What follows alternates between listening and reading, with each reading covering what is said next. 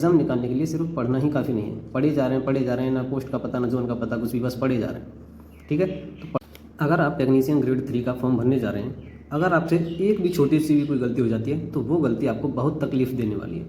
And में आप देखेंगे, आप माथा पकड़कर अपना बैठ जाएंगे, रोएंगे।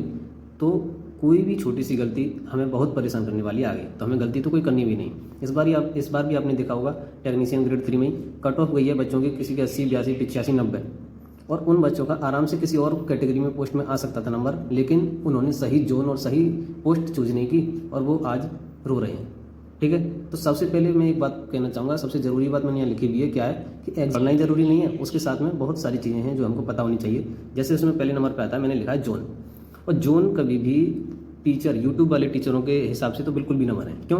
क्योंकि वो एक वीडियो बनाते हैं किसी जोन को लेकर, मान लीजिए, और उस वीडियो को कम से कम ना तो 1 मिलियन 2 मिलियन यानी कि 10-20 लाख बच्चे तो देख ही लेते हैं, और 10-20 लाख में से मैं मान रहा हूँ कम से कम उनके कहने पर 4-5 लाख भी उसमें फॉर्म डालेंगे, तो उस जोन की कट ऑफ तो वैसे भी हाई जाएगी ना। तो जोन हमेशा अपने हिसाब से चूज़ करें कि आप कहाँ पर जॉब आराम से कर सकते हैं, कौन सा आपके पास नज़दीक पड़ रहा है और किस में वैकेंसी ज़्यादा है आपकी कैटेगरी के हिसाब से। ठीक है, तो जोन हमेशा अपने हिसाब से चूज़ करें, ना कि टीचर के हिसाब से।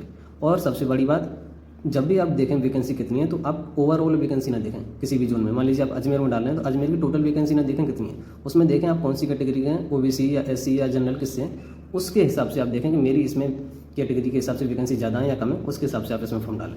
ठीक है, पोस्ट कितनी है वो ज़रूरी नहीं है, कैटेगरी वाइज पोस्ट कितनी है वो आप जरूर देखें।